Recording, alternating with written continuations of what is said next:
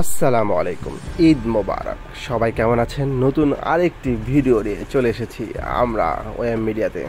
আজকের পুরো ভিডিওতে আমরা আপনাদের দেখাবো ভোলা জেলার ফাতেমা খানম মসজিদের সৌন্দর্য এবং ভোলা কলেজের সৌন্দর্য এবং ভোলা শহরের সৌন্দর্য সহ বেশ কিছু দর্শনীয় স্থান।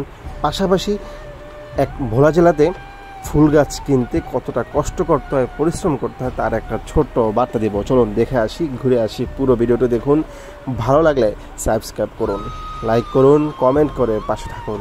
ধন্যবাদ। আমরা যাচ্ছি এখন বাংলা বাজার, তারপর সেখান থেকে ভোলা। মূল উদ্দেশ্য হলো বাংলা বাজারের ফাতেমা খানম মসজিদের সৌন্দর্য দেখা আর ভোলা শহরে গিয়ে কিছু ফুল গাছ করে করা। যেই নিয়ত সেই কাজ। নিয়ত করেছিলাম, কাজ শুরু করেছি। সাথে আছে বন্ধুভর হাসনাইন। ও তো গাড়ির মধ্যে ঘুমাতেই চলে যাচ্ছিল, পুরোটা ক্লান্ত। লক্কর ঝক্কর গাড়িতে চলে এসেছি ভোলা বাংলা বাজার। এসে দেখি আজকে এখানকার হাট বাজার, প্রচণ্ড মানুষের ভিড় এবং বিভিন্ন জিনিসের সমাগম। এই তো মনে করেন ভোলা জেলার ঐতিহ্যবাহী সুপারি, খাসা, তরমুজ ইত্যাদি সহ, অর্থাৎ যা পাওয়া যায় একটা হাট বারে গ্রামের, সব কিছু এখানে ওঠে। আমরা সব কিছু দেখে উপভোগ করে চলে গেলাম ভোলা বাংলা বাজারের সবচেয়ে সুন্দর দর্শনীয় স্থান ফাতেমা খানম মসজিদে। তখন গোধূলিবেলা সূর্য অস্ত যাচ্ছে, আমরা নামাজও পড়ব, পাশাপাশি এই মসজিদের সৌন্দর্য দেখব। চলুন আপনাদেরকে দেখাই।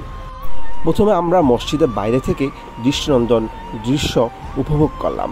তারপরে কিছু ফটোগ্রাফি ও ছবি তুলে চলে গেলাম মসজিদের ভিতরে। উজু করলাম, ফ্রেশ হলাম, তারপরে কিছু ভিডিও তৈরি করে চিন্তা করলাম যে এই দৃষ্টিনন্দন জায়গাটা যদি আপনাদেরকে না দেখাই তাহলে মিস হবে। সৌন্দর্য মণ্ডিত এই মসজিদের পাশে রয়েছে তোফায়েল আহমদের তৈরিকৃত আজহার ফাতেমা হসপিটাল, যা সে তার বাবা মার নামেই তৈরি করেছে।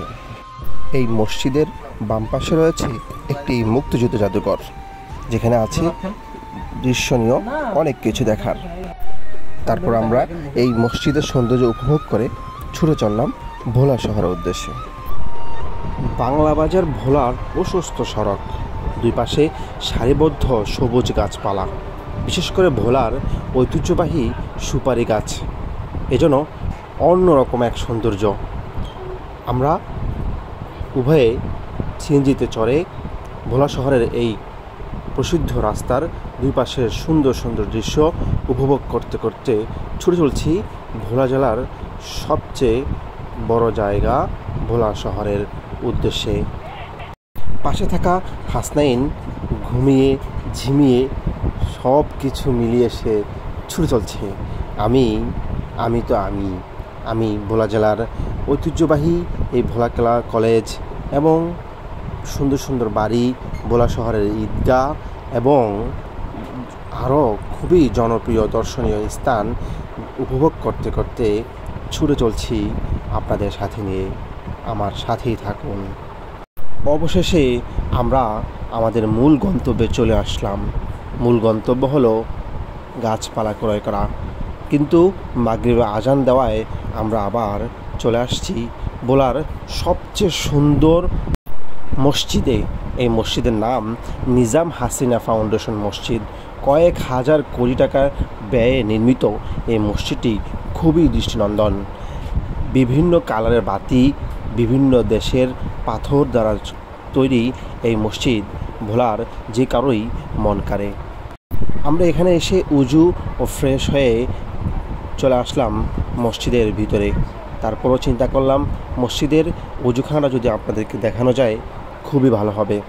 দেখুন কতটা পরিষ্কার পরিচ্ছন্ন, নিচের পাথর এবং পাশের দেওয়ালে যে পাথরগুলো, এগুলো বিভিন্ন দেশ থেকে আনা দামি দামি পাথর।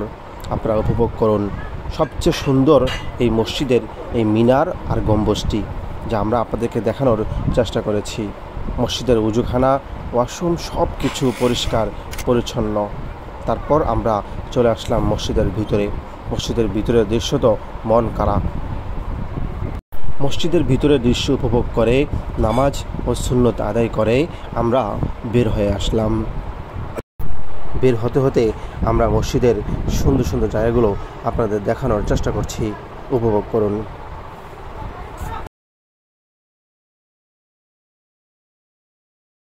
মসজিদে নামাজ পড়ে আমরা চলে আসলাম আমাদের মেজবান ইমরান বিন রাফির কাছে। সে এই মাদ্রাসারই একজন শিক্ষক এবং দায়িত্ববান। তার মাধ্যমেই আমরা এসেছি এই নার্সারিতে। এখানে এসে আমরা বিভিন্ন গাছপালা ক্রয় করলাম। তারপর সে আমাদেরকে বন্ধুবর ইমরানের মজার নাস্তা খেয়ে আমরা গাছগুলো নিয়ে বাড়ির উদ্দেশ্যে ছুটছি। অটো, সিএনজি, মাহিন্দ্র সব কিছু নিয়ে আমরা ছুটে চলছি। সকালে আমরা গাছগুলো আপনাদেরকে দেখালাম, কত সুন্দর ও কত দৃষ্টিনন্দন। অনেক পরিশ্রম হয়েছে। আসসালামু আলাইকুম।